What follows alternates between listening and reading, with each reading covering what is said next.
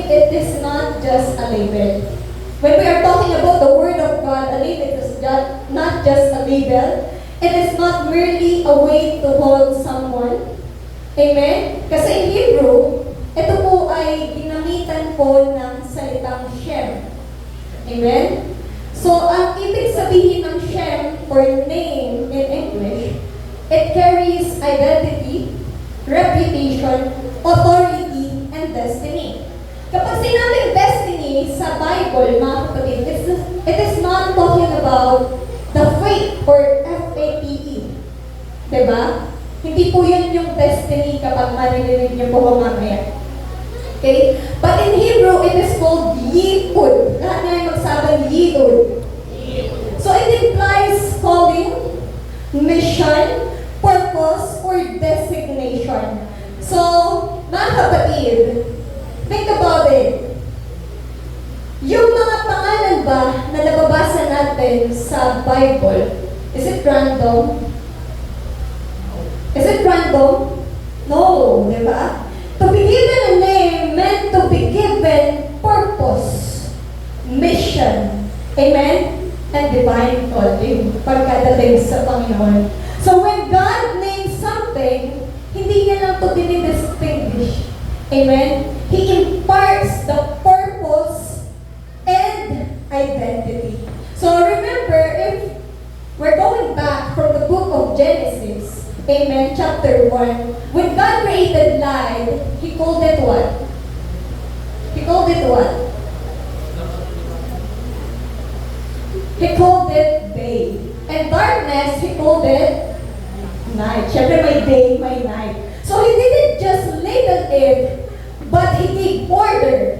He gave meaning. He gave identity. So kapatid, when your name is not merely a word. Amen? Hindi lang yan salita ang pangalan natin. Amen? It is your God-given identity. And when the Lord calls you by your name, hallelujah, He is calling forth your mission. Hallelujah. Your purpose. Your divine calling. Mga kapatid, in Isaiah 43 verse 1, it says, "Fear not, for I have redeemed you. I have called you by your name. You are mine." Lahat ng may pangalan. At lahat ng bagay na binibigyan ng pangalan ay may purpose. Tama? Amen. So, pero sa pagdating sa pangalan natin, maganda nga ba yung pangalan natin? Banggitin mo nga yung pangalan mo, bulang-bulang. Bulang-bulang. So, bakit kaya maingat yung mga magulang sa pagpili ng pangalan ng anak nila? Amen? O alam niyo ba mga kapatid, kahit ano pa ang pangalan mo, ito ang totoo. Your name distinguishes you from everyone else in this world. Amen? So, ayon sa PSA noong 2023, there are 695,190 baby girls ang pinanganak sa Pilipinas. According sa PSA na. So, ang mga common na names na binigay doon ay Althea. Althea, which is 12,538. Angel, 9,631. Samantha, 8,946. Princess, 7,670. And Natalie, 7,190. Kaya alam mo na, Sister Princess, marami kang katukayo. Amen? So may libo-libong Althea, Angel, Samantha, Princess, Natalie sa mundo. And of course, meron din tayong mga kapangalan, mga kapatid. Pero alam niyo ba, ikaw, isa ka lang. Sabihin nyo nga, isa lang ako. Hindi ka mass produce. Hindi ka kopya, hindi ka produkto ng tiyamba, mga kapatid. Amen? Sa mata ng mundo, baka isa ka sa marami. Isa ka doon sa nakapila. Isa ka doon sa crowd. Isa ka doon sa statistics. Pero sa mata ng Diyos, wala kang kapareho, mga kapatid. Walang duplicate sa mata ng Panginoon. Wala kang replacement. Amen? Wala kang... Naalala ko yung sinabi ni Sister Love kanina, bakit siya ang nandito sa unahan. Pero alam mo ba, ang mensahe ng Panginoon, walang ibang pwedeng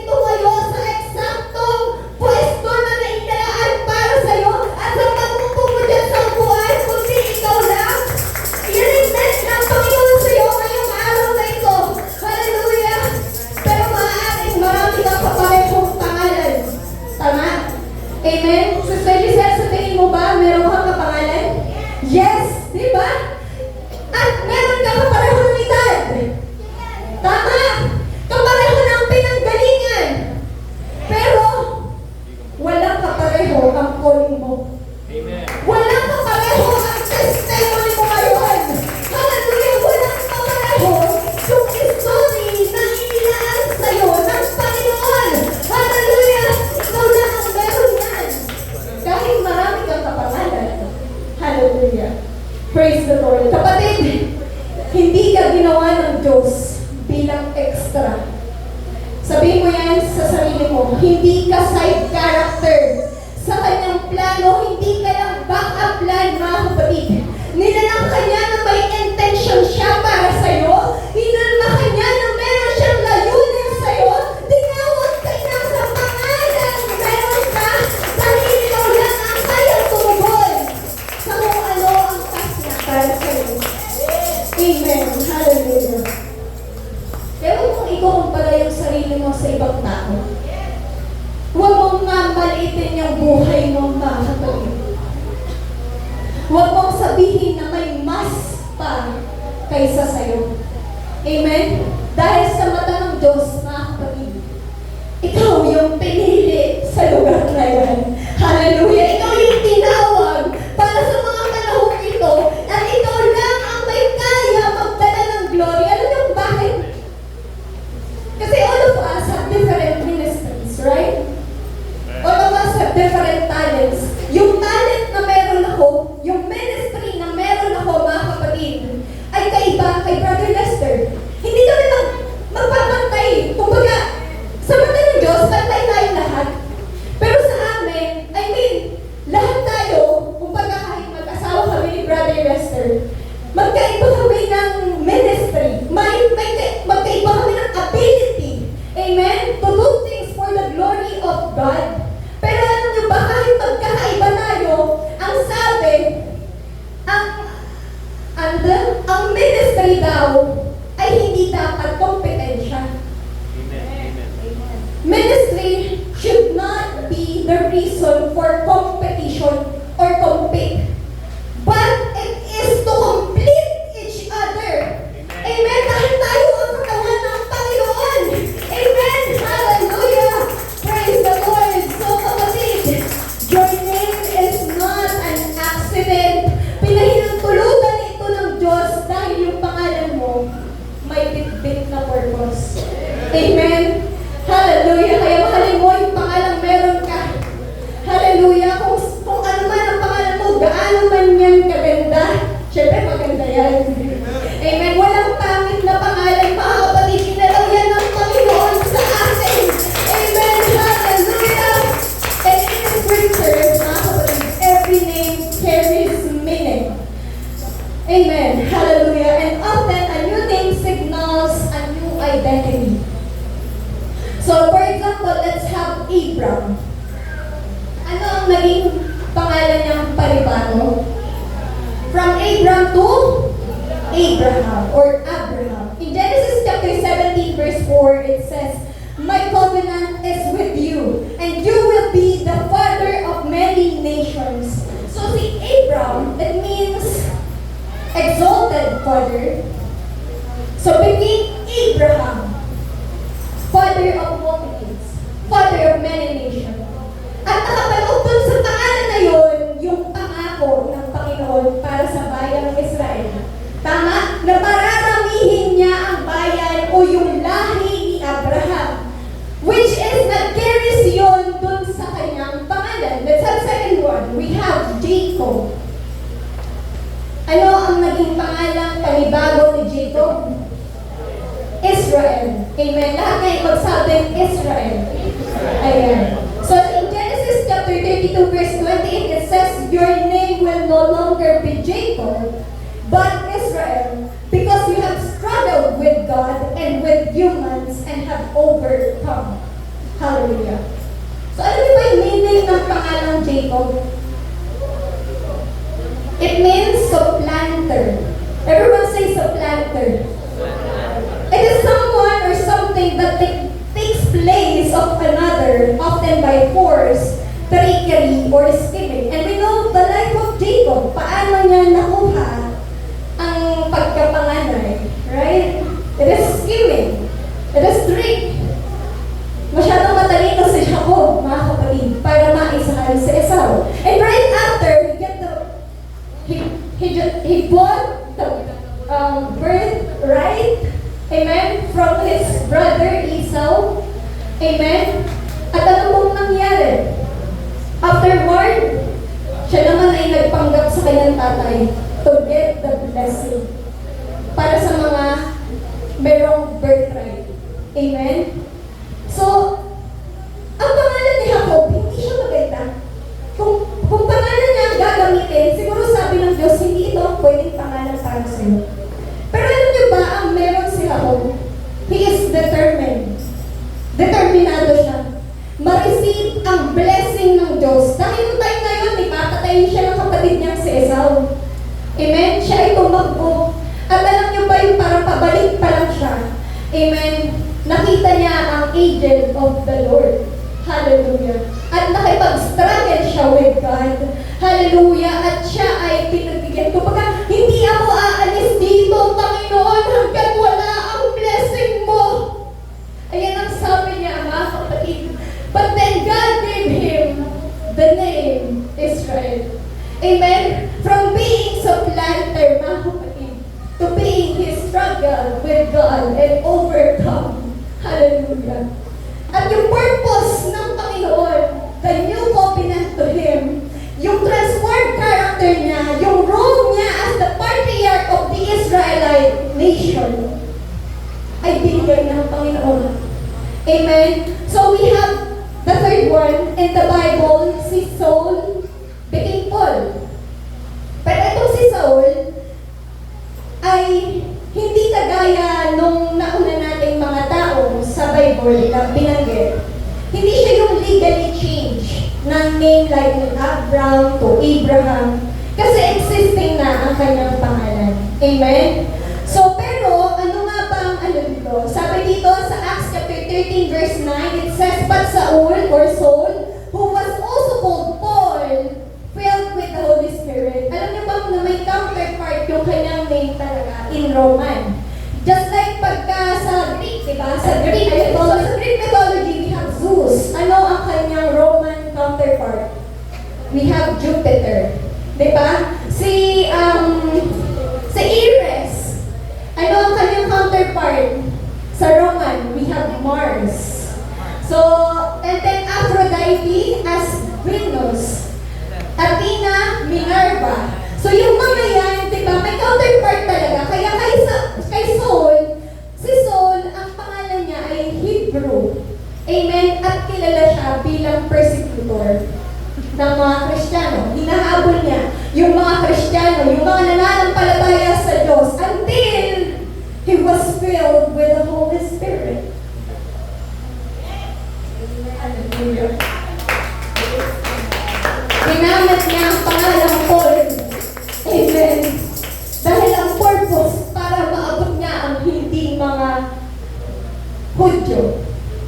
Para lumabas. Ang purpose ni Paul ay ang Gentiles, ang mga Hentil, ang mga labas doon sa unang pangako ng Diyos. Amen? Hallelujah. Kaya yung change ng name in the Bible always signifies transformation. Divine purpose. Calling. Kapatid, bago ka tinawag ng Panginoon sa ministry mo, saan ka mang tinawag, tinawag ka muna sa iyong pangalan. Hallelujah. Because you carry His identity. And remember this, when God calls your name, He does not call you by your sin. Hindi ka niya tatawagin na ikaw makasalanan, ikaw taong inggitera, ikaw taong magnanakaw, ikaw taong palpag, hindi ka tatawagin nun ng Panginoon. He will call you by your redeemed identity. Mga kapatid, hallelujah! Yung pangalang Diyos niya sa krus ng Kalbaryo, yung pangalang hinanap niya para iligtas. Ikaw yun, mga kapatid. Pangalan mo yun. Hallelujah. Second point. A good name builds reputation and legacy. So, a good example, yung kaninang mga na-example yung Sister Love. A good example of a good name or yung value of a good name is when we apply for a job. Diba? So, kapag nag-apply kayo ng trabaho, meron ba mga kinukuhang documents sa inyo? Ano yun? We have first, FBI, police clearance, barangay clearance, diba? What is the purpose of those things? Meron pa, valid IDs.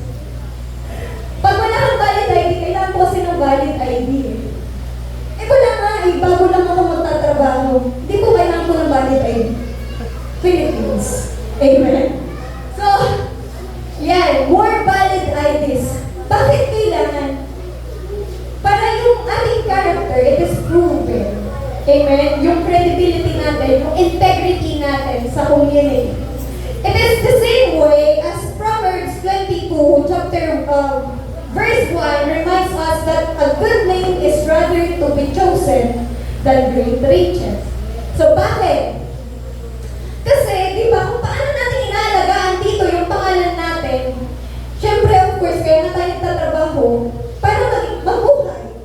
Para yung mama, yung iba, gusto yung mama, di ba? But when, sabi sa Bible, it is, a good name is rather to be chosen than great riches. So bakit mga kapatid? Amen? Dahil ang kayamanan nawawala. Sabi nga nung iba, pag daw ikaw ay nawala sa mundo, hindi mo naman yan madadala. Pero ang pangalan mo, bit-bit mo yan. Hanggang dulo ng buhay mo, hanggang sa pagdating ng Panginoon, yan ang haharap sa Diyos. Kaya dapat, ang piliin mo palagi, yung maganda mong pangalan. Amen? Hallelujah! Praise the Lord! It is also supported by Ecclesiastes 7 verse 1. Sabi dito, a good name is better than fine perfume. Amen? Kahit gaano kabango ang isang pabango, kahit gaano yan, thank you, Sister Giselle. Amen? Ang isang pabango, kahit gaano yan kamahal, iyan ay nawawala. Tama ba? Nawawala ang halimuyak na yan. Amen? Pero ang pangalan, it grows sweeter and sweeter with time. So the more na tayo nagiging purposeful ang ating buhay dito sa mundo, the more na gumagawa tayo sa Panginoon, mga kapatid, yung pangalan natin, unti-unti gumaganda yung resume natin sa langit. Hallelujah. Amen. Ako na marami kang ginagawa sa Panginoon, mga kapatid, hindi nakakalimot ang Panginoon sa ating mga effort, sa ating mga sakripisyo. Lahat yan, nakasulat sa aklat ng mga gawa. Amen. Sinusap ako pangod. Hallelujah. But still, ask yourself, kapag ba pinabanggit yung pangalan mo ng ibang tao, does it bring comfort? Does it bring tension? Maganda ba ang pangalan mo sa iba? Amen? Does it bring blessing? Ang pangalan ba ni Sister Wes? Amen? Ni Sister Loris ay nakakapagdala ba ng blessing sa mga kapatid or even sa labas ng church? Hallelujah! Hindi ako ang makakasalot ng mga kapatid. But yung mga tao, amen, na nakakasalamuhan mo. Amen? So, sabi sa Proverbs chapter 10 verse 7, the memory of a righteous is a blessing, but the name of the wicked will rot. Anong legacy ang iiwan mo dito sa mundo? Kung paupo-upo ka lang dyan, at hindi ka kumikilos, at hindi ka maglilinis mamaya, support, di ba? Amen? So lahat tayo mga kapatid, lahat tayo may purpose. At huwag kang papayag na hindi ka kikilos para sa gawain ng Panginoon.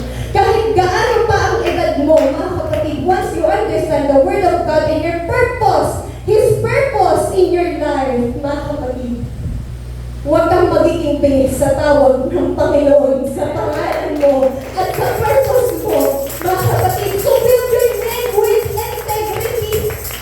Again, paulit-ulit itong sinasabi sa aking pong mga estudyante. Amen? Integrity, it is doing something good. Even if someone's not looking, kahit na hindi po nakatingin, you need to still follow the Word of God. You need to keep on following, obey the Word of God kahit na walang pastor na nakaharap. Amen. Walang pastora na nakaharap, mga kapatid. You still need to obey the Word of God because that is integrity. Hallelujah. So build your name with faithfulness. At ang magiging foundation mo dapat ay ang God's Word.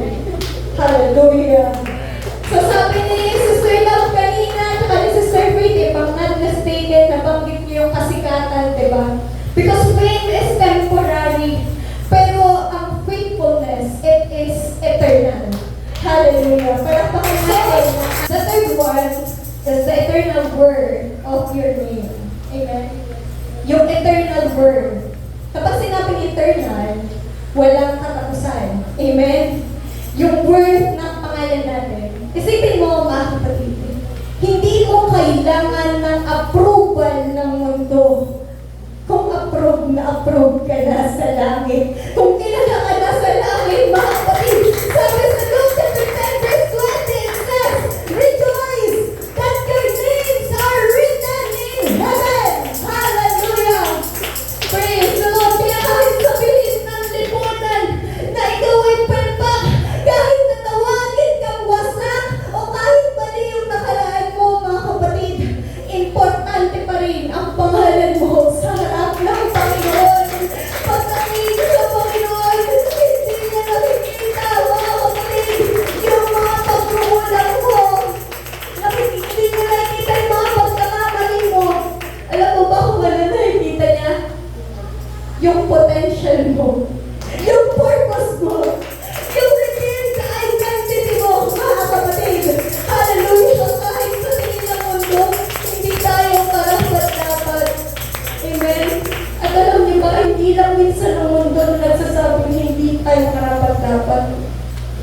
Minsan tayo mismo sa sarili natin nagsasabing hindi tayo karapat-dapat.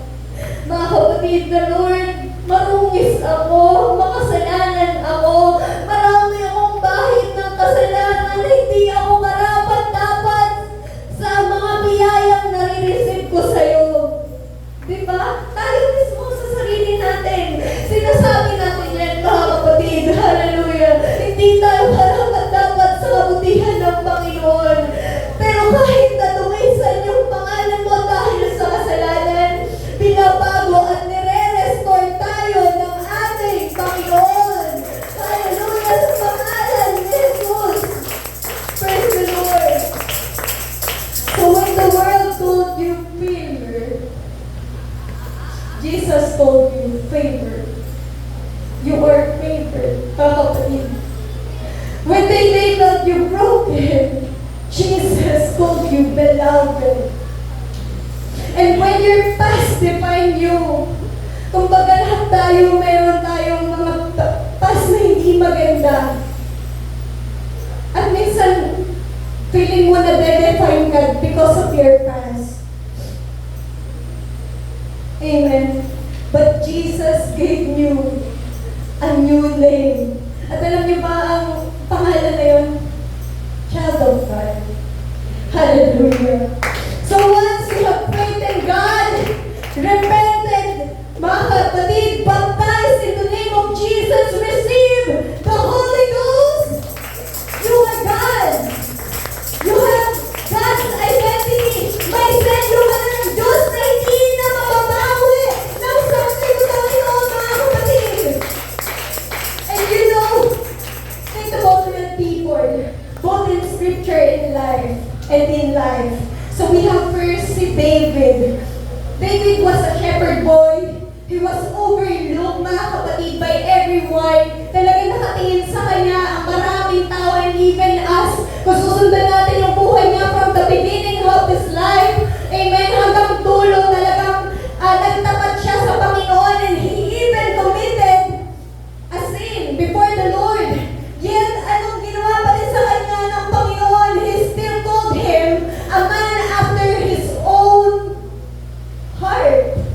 Hallelujah. Kaya pag binabanggit mo ang pangalan ng David, nandyan agad ang pangalan ng Panginoon. Amen. Kaya nga yung sa genealogy ni David, mga kapatid, doon nang galing si Jesus. Amen. Yung pagiging katawan, doon nang galing because nakita niya ang pagsinta sa kanya ni David. So next, we have Joseph, the dreamer. Si Joseph, he was betrayed by his brother, sold in slavery, and imprisoned unjustly, mga kapatid. Amen? Pero kung tutusin, yung pangalan ni Jose, mga kapatid, talagang kakibat niya yung destiny niya eh. Yung purpose niya, yung calling niya, kasi without those things na nangyayari sa kanya, kung hindi pinahintulutan niya ng Diyos, hindi siya magiging second in command in Egypt. Amen? Hindi niya maliligtas sa kanyang pamilya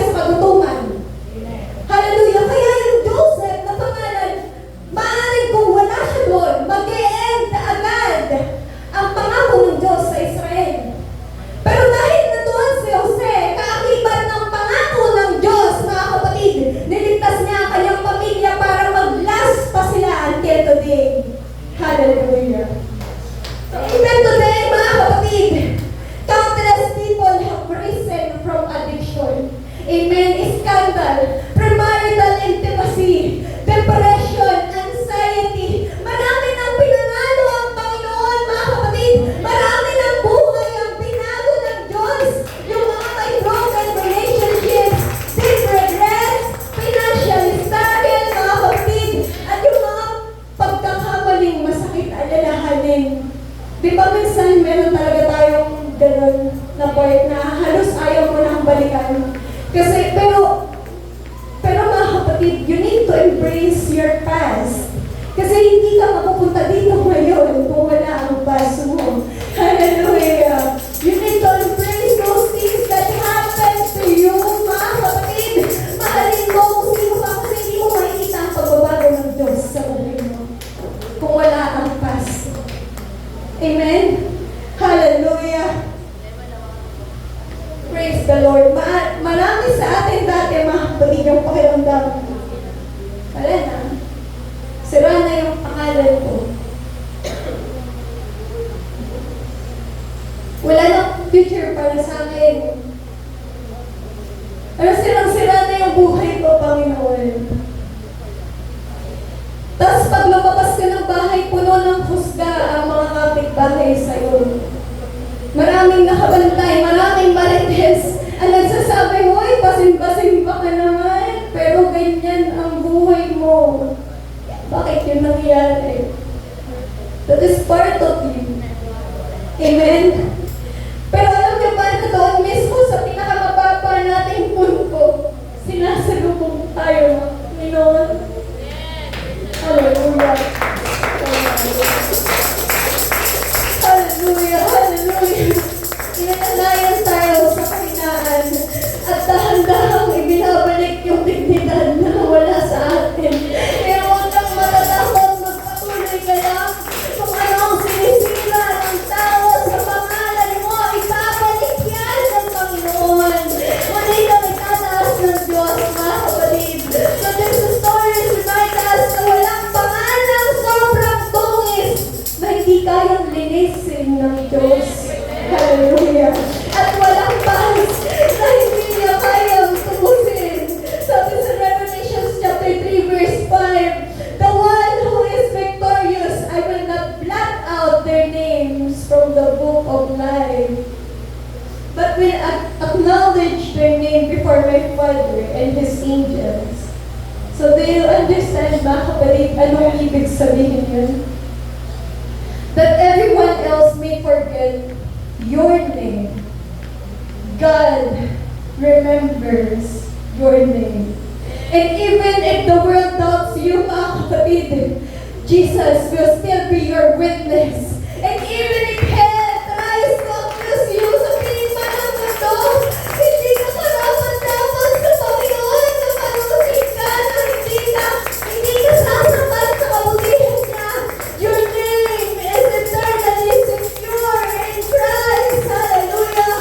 So, brothers and sisters, listen. Do not waste the name of Christ redeemed for you. Walk with confidence, not in yourself, but the name that is eternally secure. Kanino ba tayo, mga kapatid? Kanino ba yung pag-aari ng pangalan natin? Kanino ba tayo, mga kapatid? So walk as one whose name is written in heaven. So dapat kapag lumalakad tayo sa mundo, naglalakad tayo na may confidence sa ating Panginoon. Whose life is known and valued by Almighty, and His purpose and His mission cannot be taken away. Whose story is being used to glorify God. Yung story ng buhay mo, lahat ng mga pagsubok na na-overcome mo, tandaan mo lahat yan. That will be your great testimony, mga kapatid. This is way of the sound. Pag biyang resound, mga kapatid, nagkakaroon ng lasting impact. Nagkakaroon, mga kapatid, ng echo. Pag echo, di ba? Nakakarating sa dulo, mga kapatid. Hallelujah. Alagaan natin yung pangalan na nasa atin.